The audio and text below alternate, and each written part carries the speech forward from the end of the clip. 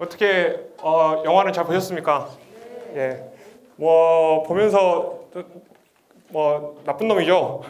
4명의 여자를 이용한 나쁜 놈. 그리고 또 우리 일반적인 상식으로는 지금 이 관계에서는 안정된 삶을, 그리고 저 관계에서는 예술적 어떤 자유로운 삶을 그렇게 할 수만 있다면 그렇게 하고 싶은 거 아닙니까?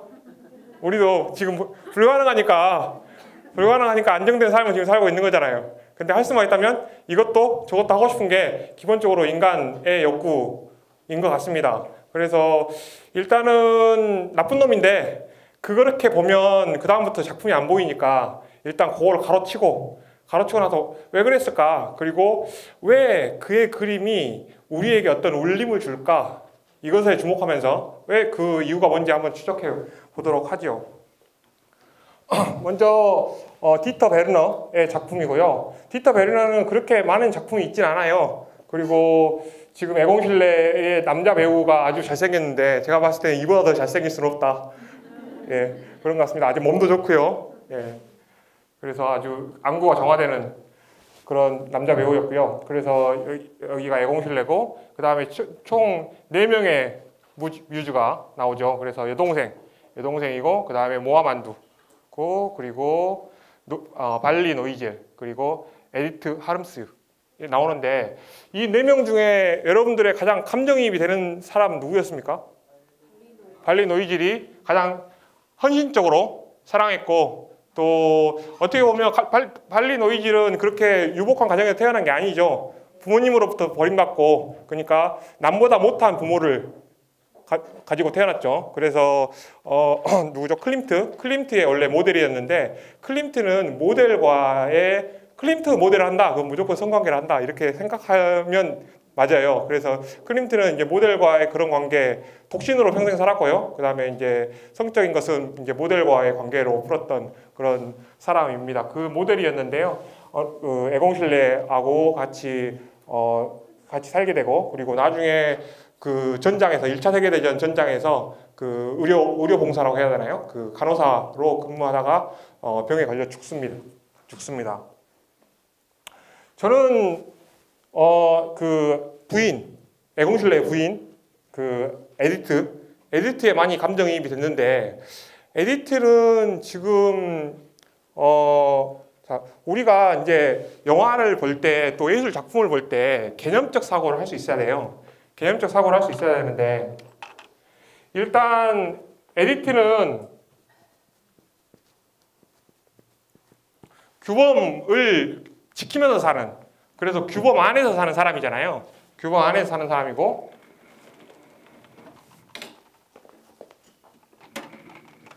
그래서 개념적 사고를 한다는 것은 쉽게 말하면 이 영화를 혹은 이 작품을 관통하는 단어를 찾아보는 거예요. 단어를 찾아보는 건데, 하나는 규범 안에서 사는 사람이고, 하나는 규범 밖에서 혹은 규범 밖이라고 하면 뭐를 충족하는 것이죠? 그죠? 욕구나 욕망을 추구하는 삶인 것 같아요. 그 다음에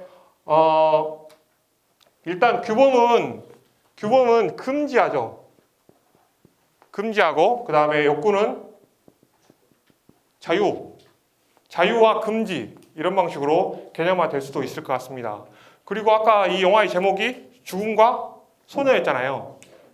만약에 이 양쪽에다가 생명을 넣는다면 이쪽에 넣어야 할까요? 이쪽에 넣어야 할까요? 생명, 여기다 넣어야 되겠죠. 생명은 뭐 이런저런 방식으로 살아있고 계속 어떤 번식하고, 그 다음에 뭔가 만족을 계속 추구하는 것이기도 하지만, 그런 것들이 이 규범의 내용하고는 좀 다르단 말이에요. 그래서 자기 개항성이 있고, 그 개항성은 때로는 규범 안에 머물지만 때로는 규범 밖으로 나아가요. 그리고 규범이라는 것은 결국은 생명을 위해서 만든 거죠. 그러니까 규범을 위해서 생명이 있는 거예요? 아니면 생명을 위해서 규범이 있는 거예요? 생명을 위해서 규범이 있는 거잖아요. 그런데 우리가 어떻게 살다 보면 생명이 우선시 됩니까? 규범이 우선시 됩니까?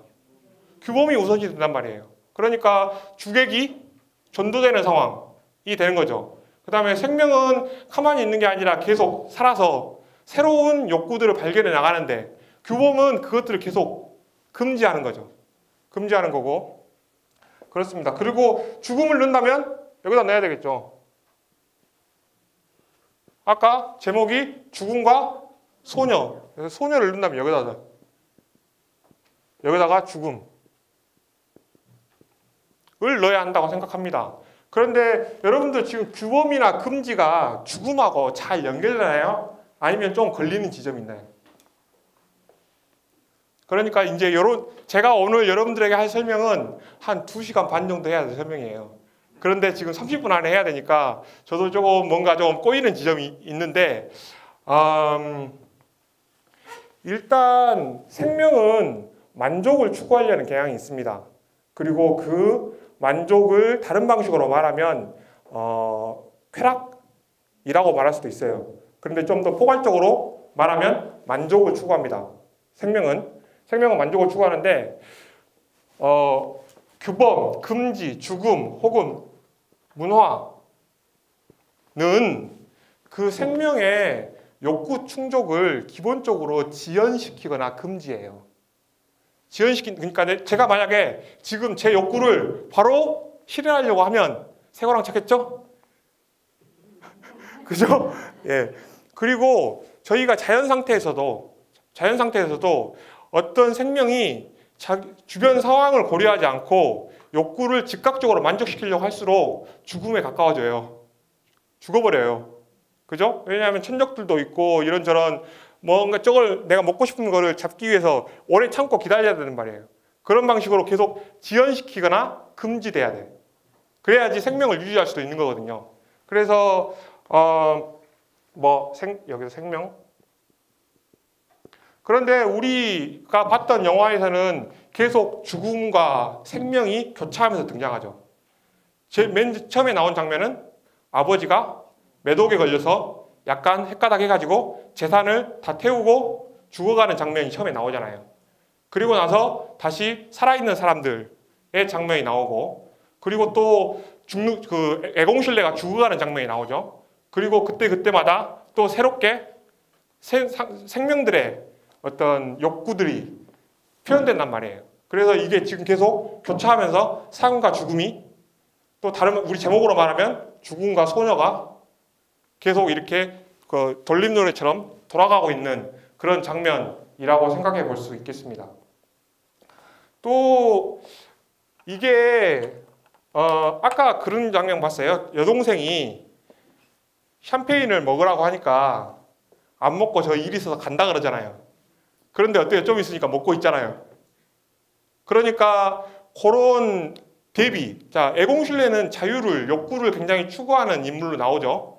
그런데 자기 여동생이 자기 그림 그리는 친구하고 하룻밤 지내고 나니까 어떻게 돼요? 갑자기 규범의 전도사로 변하죠.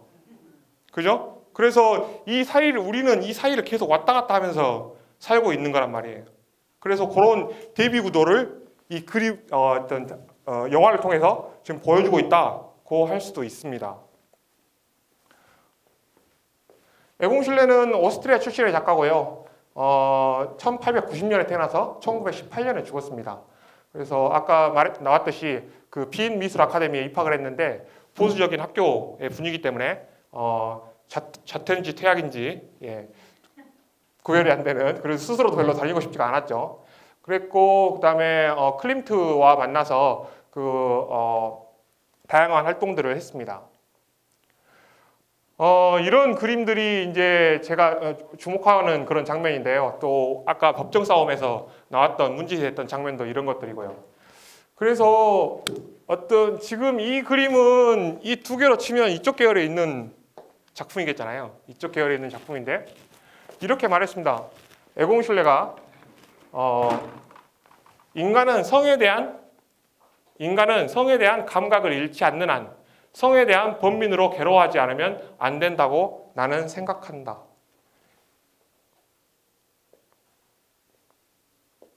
여러분들은 성에 대한 감각을 잃었습니까? 아니면 여전히 팔딱팔딱 하신가요?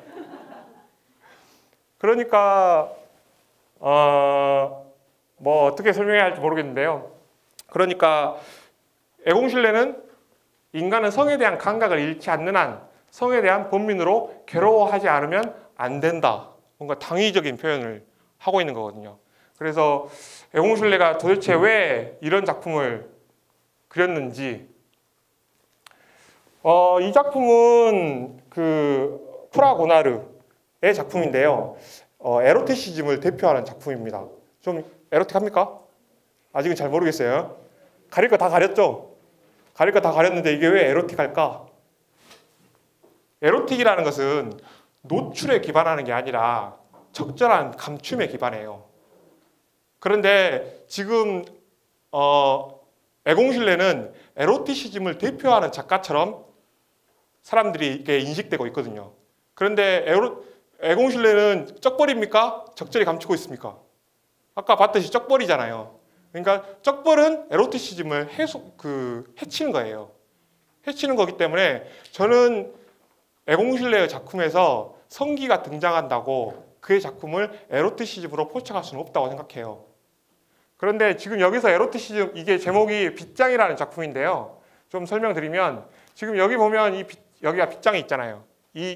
여기가 지금 문이에요. 그래서 문 위에 이거를 밀면 밖에서 못 들어오고 당기면 안에서 열고 나갈 수 있는 거예요. 나갈 수 있는 건데 지금 이 남자가 이 빗장을 닫으면서 이 여성을 허리를 끌어안고 있죠. 그래서 마치 이 남자가 이 여성을 겁탈하고 있는 장면인 것처럼 보이는데 지금 여기에 떨어져 있는 꽃이 있거든요. 여기에 꽃이 떨어져 있는데 이 꽃을 이 남자가 가져와서 이 여자에게 구애를 한 거죠. 그랬는데 반응이 나쁘지 않으니까 지금 어떻게 해보려고 하고 있는 거예요. 그런데 이 여자의 포즈는 강렬하게 저항하고 있습니까? 아니면 반쯤 몸을 맡기고 있습니까? 그죠? 지금 이 눈부셔요, 눈. 이 눈을 보면 끔찍하게 이렇게 하고 있는 게 아니고 이렇게 보고 있단 말이에요. 그죠? 그런 것도 있고요. 그 다음에 지금 여기 보면 지금 잘 안 보이는데 이쪽 부분에 빨간색으로 이렇게 휘장이 쳐져 있잖아요. 이 휘장이 잘 보면 이제 요즘에 이런 말 할 때 너무 두려워요. 예, 좀 두려운데 그래도 하겠습니다. 이게 약간 여성의 성기 모양이에요. 여성의 성기 모양이어서 지금 이게 그쪽에서는 잘 보이나요? 아무튼 성기 모양입니다. 제가 자세히 설명하지 않겠어요. 예, 성기 모양이고 그 다음에 여기 보면 이거 있죠. 이렇게 발기한 것처럼 딱 그렇게 이렇게 강력하게 되어 있는 것. 그다음에 굉장히 밝게 되어 있거든요. 주변은 어두운데 밝게 되어 있어서 굉장히 강조한 부분이에요. 그래서 이게 발기한 남성의 성기를 그리고 이게 여성의 성기를 상징하는 그런 장면입니다. 그 다음에 여기 보면 사과가 있거든요.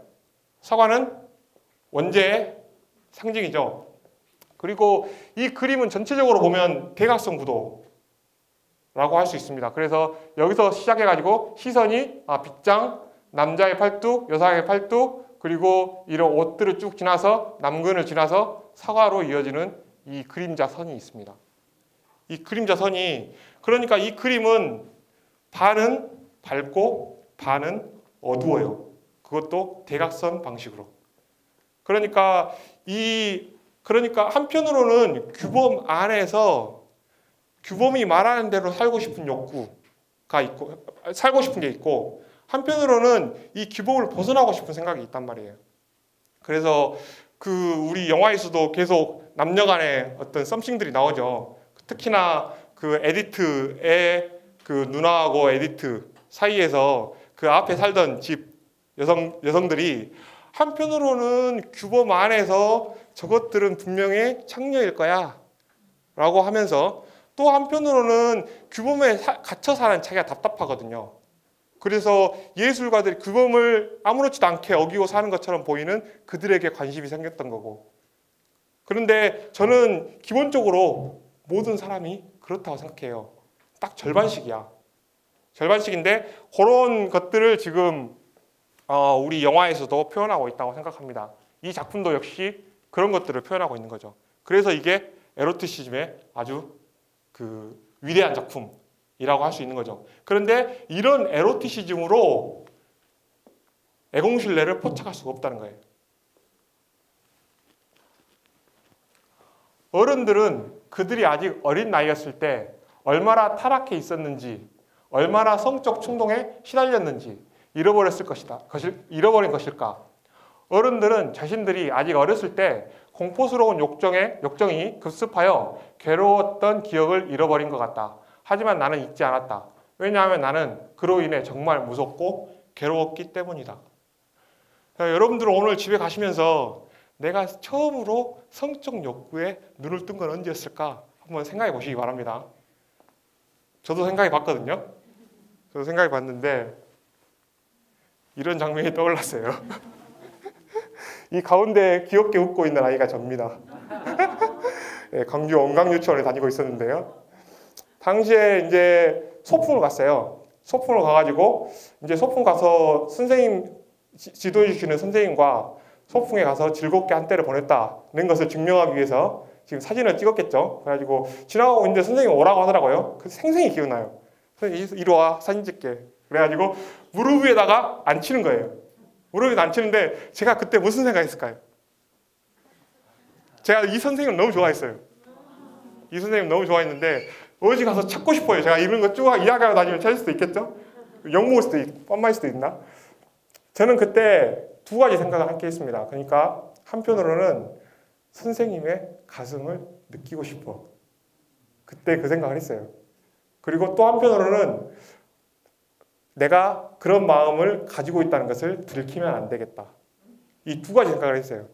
그래가지고 지금 콧구멍에 엄청 힘이 들어가 있죠. 그러니까 몸이 뻣뻣하게 굳어가지고 이제 이 양자 간에, 그러니까 한편으로는 규범이 금지하는 것과 욕구가 바라는 것 사이에서 지금 팽팽하게 지금 긴장 상태에 있는 거예요. 저는 이제 물론 이거 말고도 그 전부터 제가 이렇게 욕구에 눈을 떴던 것 같은데 그러니까 저는 이제 그러고 나서 쭉 이제 잊고 지내고 또 나름대로 규범 안에서 살아왔던 것 같아요. 규범 안에서 살아왔던 것 같은데 누군가에게는 그런 공포가 그런 이 두 가지에 서로 가장 이질적인 거거든요. 가장 이질적인 것이 충돌하면서 이게 엄청 고통스러웠던 거예요. 저는 애공신뢰가 그런 것이 고통스럽고 어떤 예민한 감각으로 그런 것들을 아주 강력하게 느꼈다고 생각합니다. 혹시 여러분들도 그럴 수가 있어요. 그럴 수가 있기 때문에 한번 생각해 보시기 바랍니다. 지금 누구 한번 말해 보실래요?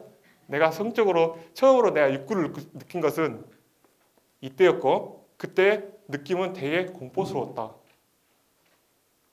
공포스럽지 않을 수도 있고요. 용기 있으신 분. 저는 좀 용기 있지 않습니까? 그죠? 네. 선생님 감사합니다. 그리고 이제 애공신뢰는 이런 그림을 그리는데 두 사람이 지금 이제 옷도 안 벗고 성관계 중이에요. 그리고 제목은 사랑의 행위라는 작품이고요. 그런데 사람들의 얼굴이 성행위, 사랑의 행위를 나누고 있는 그런 얼굴입니까? 아니면 뭔가 배가 아주 고파가지고 허겁지겁 밥을 먹고 있는 것 같은, 그러니까 이제 식욕과 성욕이 똑같은 욕구라고 치면, 그죠? 성욕을 그냥 허겁지겁 채우고 있는 그런 장면으로 저에게는 보여요. 저에게 보이는데, 우리가 그 성이라는 것, 성욕이라는 것에 어떤 더 씌워진 이런 것들을 어떻게 하면 없애볼 수 있을까, 그런 생각이 드는데요. 그러니까 아까 영화에서도 계속 나왔지만 내가 하면 로맨스고 여동생이 하면은 불륜이잖아요. 계속 그렇게 우리 일상인들은 대부분 그렇게 생각되는 것 같아요. 그렇게 생각할 수밖에 없는 것 같아. 내 행위는 사랑스러운데 다른 사람의 행위는 징그러워. 그죠? 그래서 이 두 남녀가 왜 저렇게 초췌한 얼굴로 성행위를 하고 있을까? 마치 하루 종일 갈증에 시달리다가 물을 벌컥벌컥 마시고 있는 것처럼, 또 뭔가 마음 둘 곳 없이 하루 종일 헤매다가 안길 품을 만난 것처럼 저러고 있을까? 이런 것들이 의문점인 것 같습니다.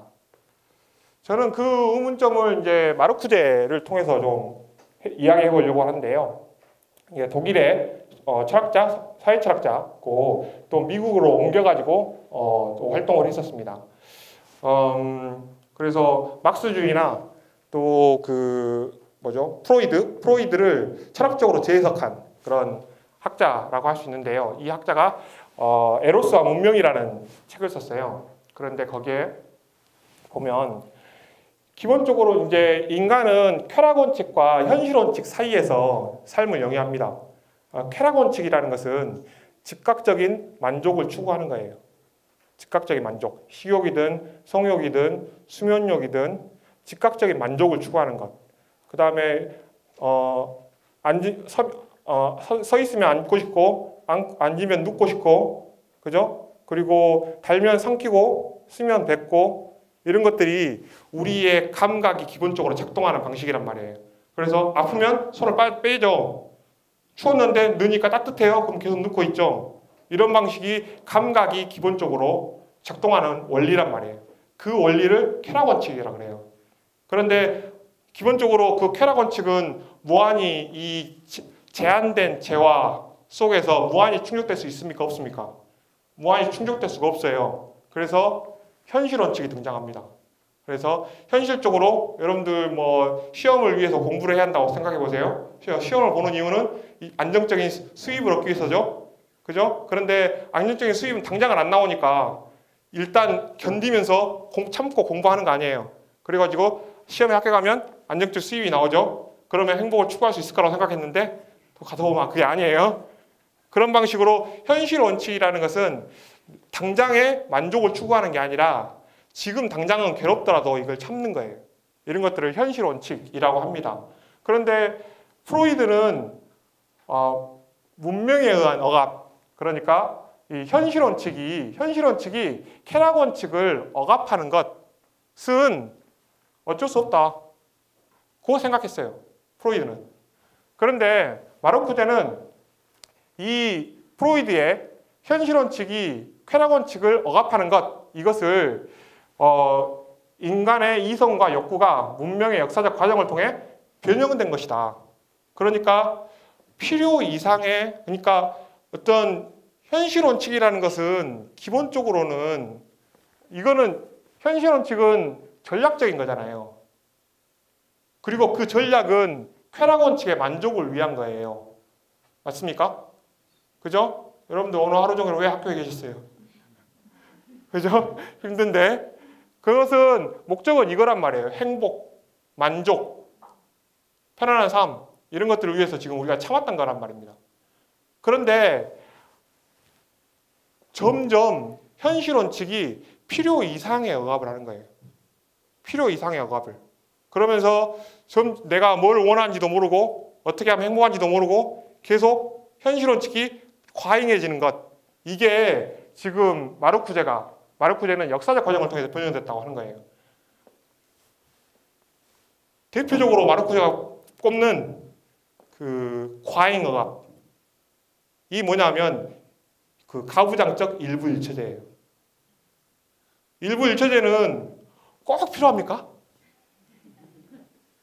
자, 쾌락 원칙과 현실 원칙 사이에서 쾌락 원칙과 현실 원칙 사이에서 과잉된 문화적인 거예요? 아니면 꼭 필요한 거예요?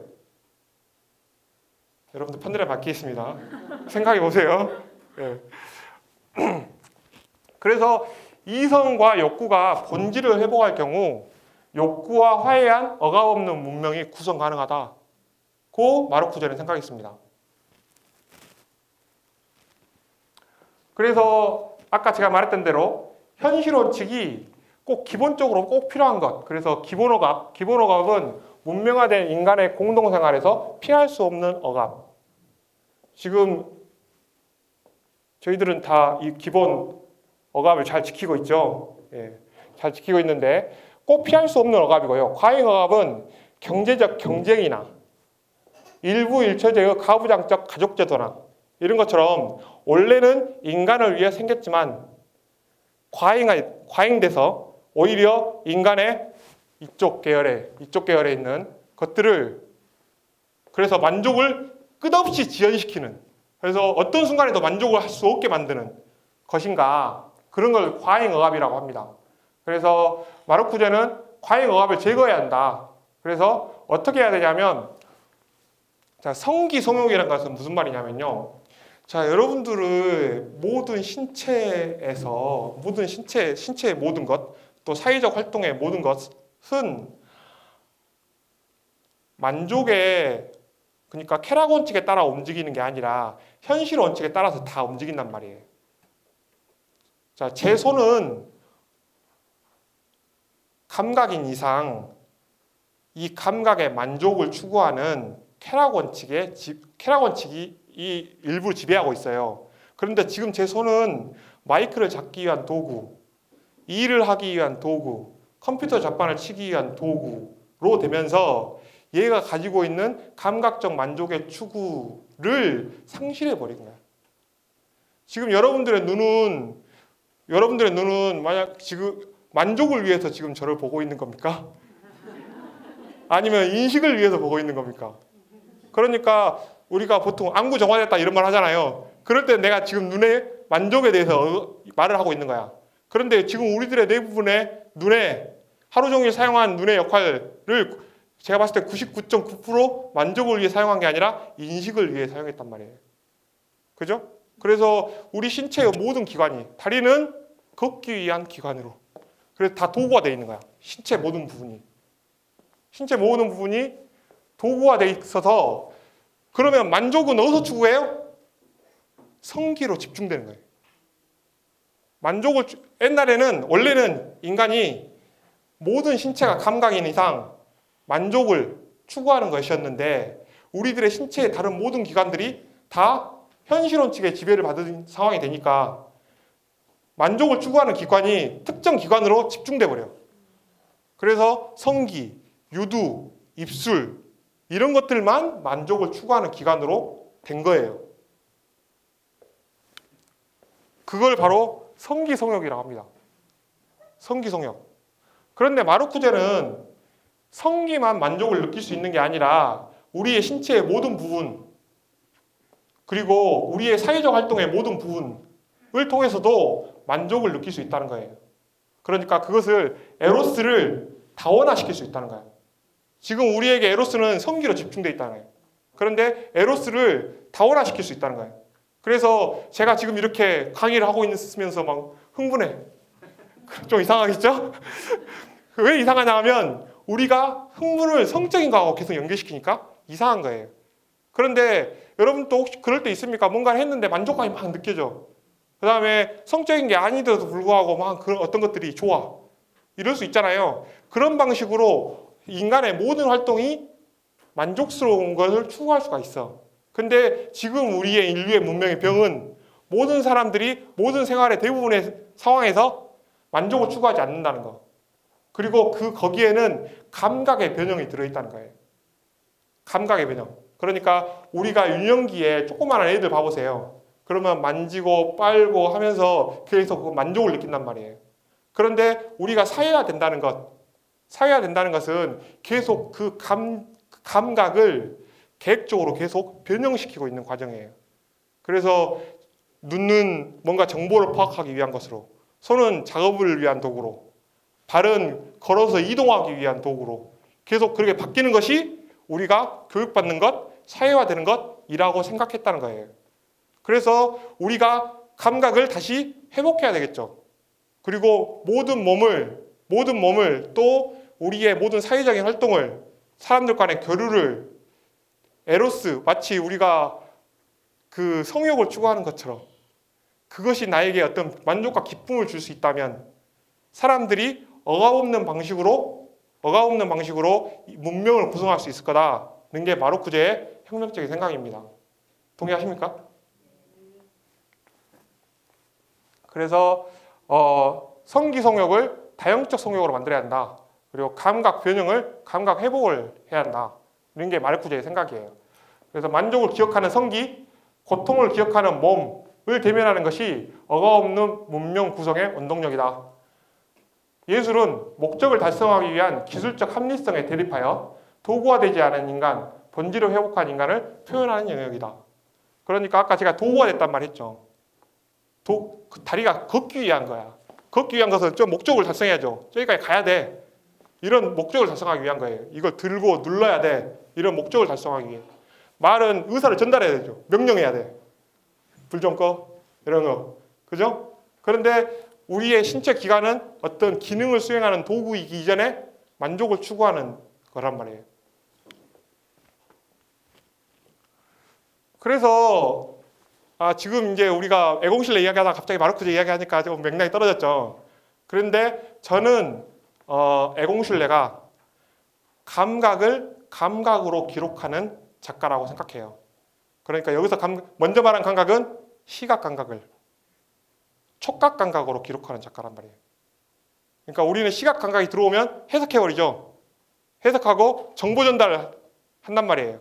이건 작업만 하고 이건 일하고. 그런데 이런 시각 자극을 촉각 자극으로 다시 기록하는 것에 특화된 작가라고 생각합니다. 그러니까 아까 우리 그림에서 보면 애공실내가 이렇게 그림을 그릴 때 막 핑기잖아요. 그림을 그릴 때 막 이런 식으로 그리잖아요. 이건 고증이 잘못된 거야. 애공실내 이렇게 그림 안 그립니다. 한 선에 그려요.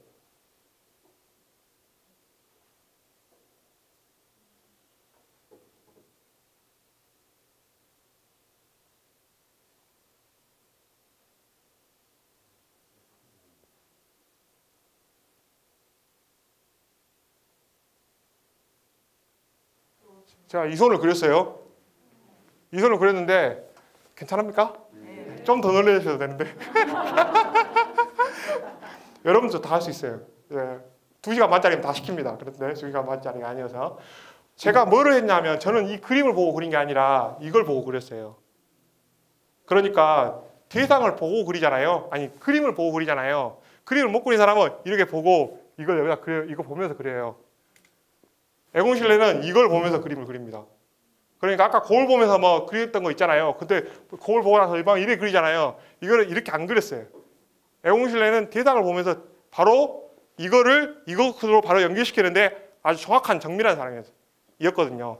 그래서 그러니까 애공실내는 감각을 감각으로 기록한. 그래서 감각을 해석이 아니라 여기서 해석하는 거. 그래서 도구화 되지 않는 감각을 표현한 작가라고 생각하는데요. 지금 이건 뭐죠? 뭔지 모르겠죠? 네. 뭔지 모르겠으니까 생각의 개입이 들어가겠어요? 덜 들어가겠어요? 생각의 개입이 안 들어가요. 뭔지 모르기 때문에. 그래서 그냥 지도의 일부처럼 그리는 겁니다. 이거를 가지고. 이거를 A4를 가로로 한번 세로로 한번 접어가지고 이걸 그리세요. 지금 하지 마시고. 해볼까요? 지금 우리 40분이 지났어요. 그 다음에 요거를 그 아래에다 그린 거예요. 그리고 나서 이거를 그 아래 왼쪽에다가 요거는 그 위쪽에다가. 그럼 4명이 다 찾겠죠? 4명이 다 찾는데 이걸 뭔지 알고 그리겠어요? 모르고 그리겠어요? 모르고 그리고 그 다음에 한 선으로 쭉 그리고 그 다음에 지도의 일부분이라고 생각하면서 그리는 거예요. 그리고 나서 뒤집어 보면 이게 되는 거야. 그러니까 여러분들은 평소에 사람이 고개를 숙이고 있거나 수염을 움켜쥐고 있는 거 그릴 생각해요? 안 해요? 안 하죠. 왜냐하면 어려우니까. 그죠? 항상 정면으로 딱 보고 있는 걸 그리죠. 그런데 우리가 어떤 생각의 방해로부터 도구화된 어떤 정보 전달로부터 벗어나면 그림을 갑자기 잘 그릴 수 있게 되는 거예요. 하고 싶죠? 꼭 오세요. 다음 주도 계속 오세요. 제가 옛날에 화가의 눈이라는 강의를 한번 10주 동안 한 적이 있었는데요. 그때는 이거를 이제 그 실기 과목이었어요. 한 적이 있습니다. 앞으로 시민자유대학에 꼭 애정을 가지고 나오십시오. 그러면 제가 화가의 눈을 열겠습니다. 이거는 이제 미켈란젤로의 작품인데요. 이거를 보고 조금 더 학생들이 따라하기 좋게 만들어 본 거예요. 자, 우리 머리에는 한글 프로그램도 있고 사전 프로그램도 있고 그래요. 대표적으로는 사전 프로그램이야. 그 다음에 계산기 프로그램도 있겠죠. 그런데 그림을 그릴 때 계산기나 한글이나 뭐 메모장 같은 거 사용하면 안 되겠죠. 그림을 그릴 때는 포토샵이나 일러스트를 써야 한단 말이에요. 그런데 여러분들이 그림 못 그리는 이유는 대상을 보고 해석하면서 계속 한글이나 사전 프로그램 이러니까 그런 거예요. 그렇지만 우리에게는 이미 뭔가 그 형태를 형태로 인식하고 그릴 수 있는 능력이 있어요. 다. 저하고 장동건하고 옆에 서 있으면 구별돼야 안 돼요. 금방 되겠죠? 겁나 빨리 되겠죠? 왜냐하면 우리가 형체를 그만큼 섬세하게 구별하는 능력을 가지고 있기 때문이에요. 사실은 크게 다르지 않습니다. 진짜. 눈 2개, 코 2개 다 비슷해요. 여러분들 개들을 보면은 얼굴 보고 기억하세요? 구별이 안 되잖아요. 그런데 우리 사람 보면 기억 잘 하잖아요. 그게 좀 더 극대화시켜서 우리가 각인하는 역할을 하기 때문에 그런 거예요. 알겠죠? 별로 안 달라요.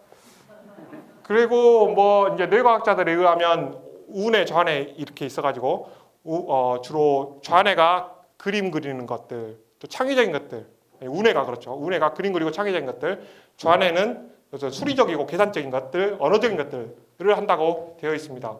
혹시 내가 좌뇌형 인간인지 우뇌형 인간인지 실험해보고 싶으세요?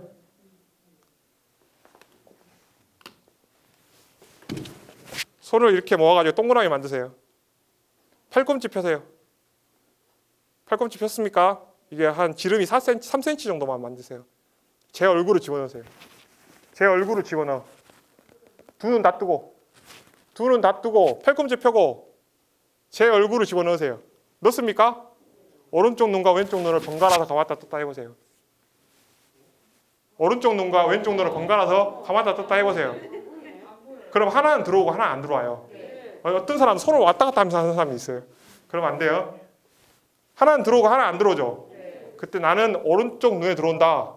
그러면 좌뇌형 인간입니다. 학교에서 공부를 잘했을 확률이 높아요. 수학, 국어, 영어 이런 거 잘했을 확률이 높아요. 나는 왼쪽 눈에 들어온다.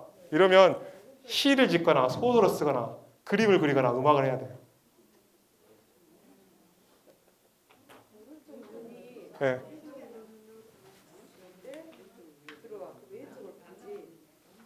왼쪽으로 보면 뭐예요? 왼쪽으로 보면요? 왼눈으로 보면. 왼눈으로 보이면? 네. 그러면 우뇌형 인간이죠. 예, 예. 차기적인 일에 맞는. 꼭 그런 건 아니에요. 꼭 그런 건 아니라는 거. 그러니까 무슨 말이냐 하면 이 두 눈이 다 떠가지고 똑같이 생겼지만 이 중에 어떤 게 주도적인 눈이에요. 주도적인 눈이고 내가 이 어떤 눈을 주도적으로 사용하는지에 따라서 내가 어떤 부분이 좀 더 주도적인지를 알 수 있는 거예요. 그래서 이런 것들 할 수 있다. 주로 학교에서는 연능력만 평가하죠.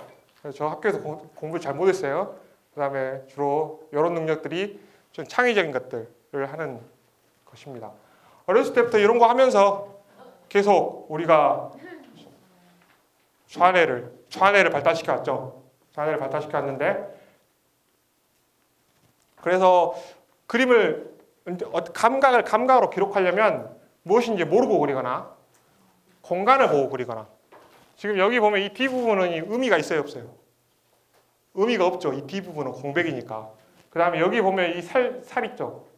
이 살도 뭐 굳이 따지자면 손가락이죠. 그런데 저 형태 자체는 의미가 없다는 거예요. 오늘 숙제 집에 가서 하십시오.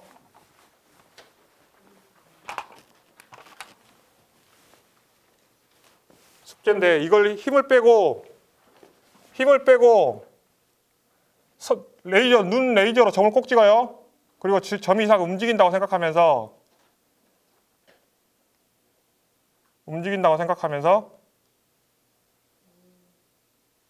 그리고 이렇게 주름을 만나면 들어가야 돼요. 꼭 들어가야 돼요. 주름을 만나면 이 주름이 조금밖에 없어도 아주 많이 있는 것처럼 강조해가지고 이거를 블록처럼 이렇게 끊어버려요. 이렇게 그리고 그 다음에 이제 요걸 자로 이용해가지고 여기서 이렇게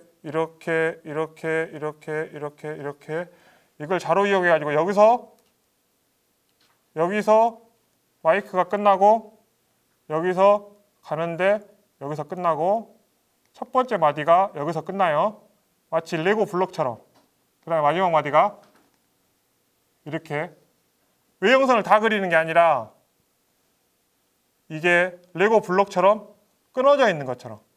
그래가지고 이 레고 블록이 쌓여서 3개가 쌓이면 손가락이 되게. 이런 식으로 그리는 거예요. 그렇게 해야 감각으로 기록할 수 있고 애공실내의 드로잉은 전적으로 이런 방식으로 그린 거다는 겁니다. 이런 거를 그릴 때도 굉장히 복잡하시죠? 이걸 보고 그리라고 하면. 근데 이걸 그리는 게 아니라 이 뒤에 있는 빈칸을 그리는 거예요. 빈칸을 그리면 이렇게 복잡한 의자가 그려지는 거예요. 그것도 투시에 딱 맞게. 그림을 못 그리는 너무 똑똑하기 때문이에요. 못 그려도 너무 작아지 마십시오. 지금 여기 보면 이것도 여러분들 염소 그릴 때 절대 이렇게 안 그리죠. 왜냐면 어렵거든요. 단축이 생겨가지고 항상 옆으로 이렇게 그리잖아요. 그죠? 그런데 이런 단축도 지금 여기에 있는 안에 있는 공간들 있죠. 요걸 그리면 이 3개의 네모로 그리면 다리가 되고 이 버섯을 그리면 뿔이 되는 거예요. 그죠? 네. 그러니까 그 다음에 대상만 보고 그린다. 아까 저 잠깐 설명했었죠. 그러면 이렇게 되겠죠. 그런데 이거는 얼만큼 우리는 그림을 볼 때 얼만큼 이게 손과 가깝냐 안 가깝냐 기억이냐 아니냐 이런 걸 생각해요. 그런데 그게 문제가 아니라 얼마나 이 감각을 충실하게 감각으로 기록했는가가 중요한 거예요. 그래서 하다 보면 이렇게 그릴 수 있습니다. 여러분도 오늘 집에 가서 해보세요. 주름이 많게 하나씩 쌓아가면서 그 다음에 연필을 핑기면 안 돼. 연필을 핑긴다는 것은 단순하겠다는 거예요. 자세히 형태를 기록하겠다는 거예요. 단순화시킨다는 거예요. 그렇게 그림을 잘 그릴 수 있는 방법이 따로 있어요. 그래 그림을 잘 그릴 수 있는 방법은 분석적 방법이라고 하는데 미술학원 3년 이상 다녀야 돼. 안 될 확률이 높아. 3년 가지고 안 될 확률이 높아. 그리고 지금 이것은 나무를 그린 거죠. 얘가 나무를 그렸겠어요? 아니면 여기 안에 있는 공간을 그렸겠어요? 여기 안에 있는 공간과 여기 나눠져 있는 것들을 얘가 제가 옛날에 전자공고에서 가르쳤던 3학년 2반이네요. 학생인데 얘가 갑자기 눈을 뜬 거야. 제가 성 그리는 거 몇 번씩 이거 했더니 아 그림은 이렇게 그리는 거구나. 눈을 떠가지고 갑자기 나무를 그리려고 하니까 얘가 쫙 이렇게 나무를 그린 거예요. 너무 잘 그렸죠. 그다음에 여기 뒤에 보면 이 선이 있죠. 이 선이 뭐냐면 전자공고 앞에 있는 동산이에요. 전자공고 아십니까? 그 앞에 동산이 있는데 얘가 이걸 그리고 나니까 이 뒤에 있는 운동장 선, 담장 여기에 있는 이런 것들이 너무 그리기 쉬운 거야. 개념의 방해를 안 받으니까. 그랬던 겁니다. 그리고 지금 여기 애공실내 그림 보면 여기에 딱 안 맞아져 있죠? 이게 그림을 안 보고 그랬다는 예시예요. 그리고 이게 맞는 것은 애공실내한테 중요한 게 아니야. 여기도 보면 지금 여기 다리가 안 보여야 되죠? 이렇게 안 되죠? 그런데 그런 것들은 지금 중요한 게 아니란 말이에요. 애공실내한테. 근데 애공실내는 이게 굉장히 그 감각이 탁월했고 그 다음에 거의 지우개를 쓴 적을 본 적이 없다. 실패한 적을 본 적이 없다. 여기서 시작해가지고 쭉 돌아오면 딱 맞아. 그리고 그런 감각의 눈에 비친 인물들입니다. 여러분들은 지금 저를 감각의 눈으로 보고 계세요? 사고와 이성의 눈으로 보고 있어요.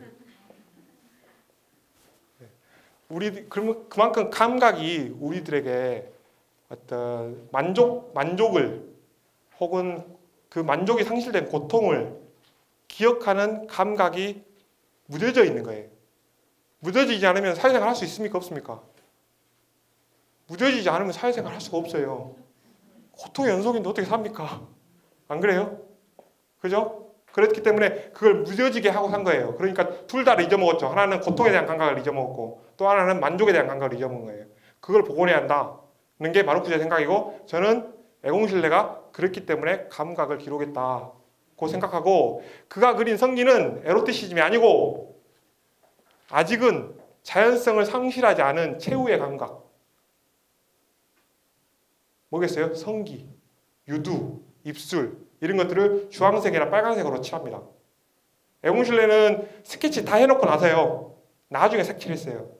나중에 색칠했는데 그 아직은 자연성을 상실하지 않은 고통과 만족을 기억하고 있는 감각을 그린 거라고 생각합니다. 그러니까 막 에로티시즘하고 막 연결시켜서 설명하는 것보다 좀 설득력 있어요? 이거 1번, 이것도 1번이고요. 이게 2번이에요. 이것도 2번이고 1번과 2번 중에 어떤 게 그림 잘 그렸습니까?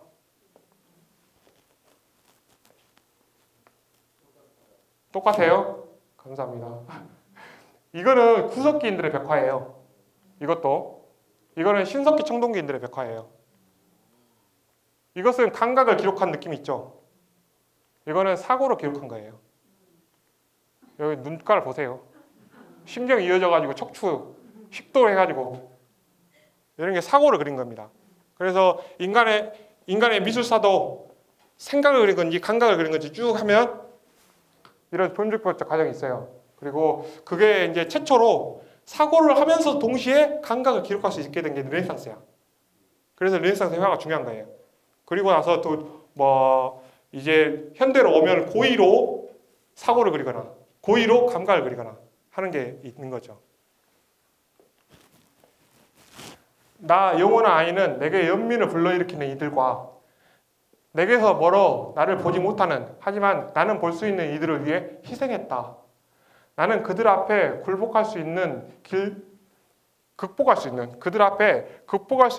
길들의 씨앗을 뿌렸지만 말하지는 않았다. 말하지 않았다는 말은 얘가 글로 뭘 썼다는 말은 아닌 것 같고요. 좀 평이하게 생각해 보면.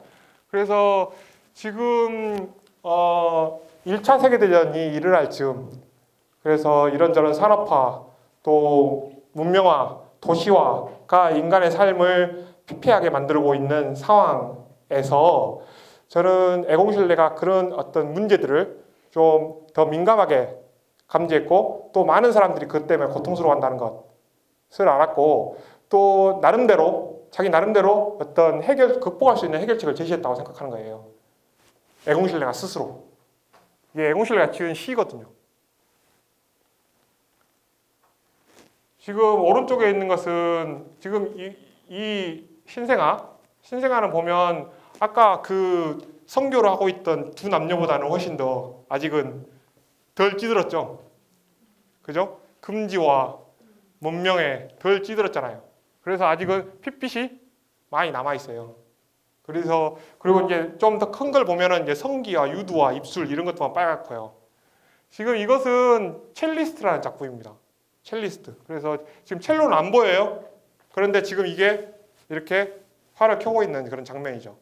그런데 지금 여기 성기 부분이 이렇게 뻘개요.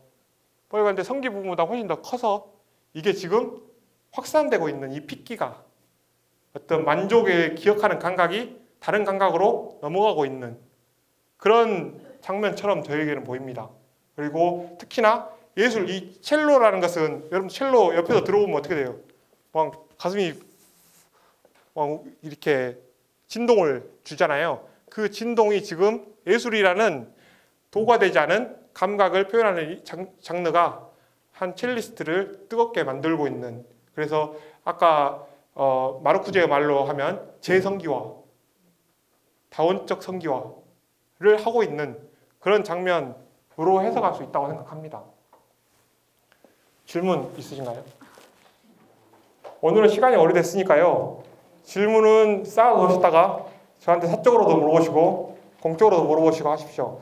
다음 주에는 우리 미술사 박사님이신 김호경 선생님이 아마 뭐죠? 프리다인가요? 프리다 칼로에 대해서 할 건데요. 뭐 영화는 여기 와서 같이 보시고 또 개념적 사고를 하는 훈련을 좀 해보세요. 그래서 뭔가 계속 이걸 하나로 발동할 수 있는 대비되는 뭔가가 없을까? 그리고 그때마다 등장하는 인물들이 그런 것들 상징하겠죠. 그래서 아까 죽음을 법정은 뭘 상징하겠어요? 법정은 규범이나 죽음을 상징한단 말이에요. 그리고 사람들의 어떤 뛰어노는 것 이런 것들은 욕구나 생명을 상징하고, 그리고 그 사이에서 막 이 사람 이랬다 저랬다 해요. 그러면 그 사이에서 빠져나갈 수 없는 걸 상징하고, 이런 것들이 영화 속에서 표현되거든요. 그래서 오늘은 첫 만남이었는데요. 굉장히 저는 저는 만족해요. 여러분들 어쩐지 모르겠어요. 예. 다음 주에 뵙도록 하겠습니다. 고맙습니다.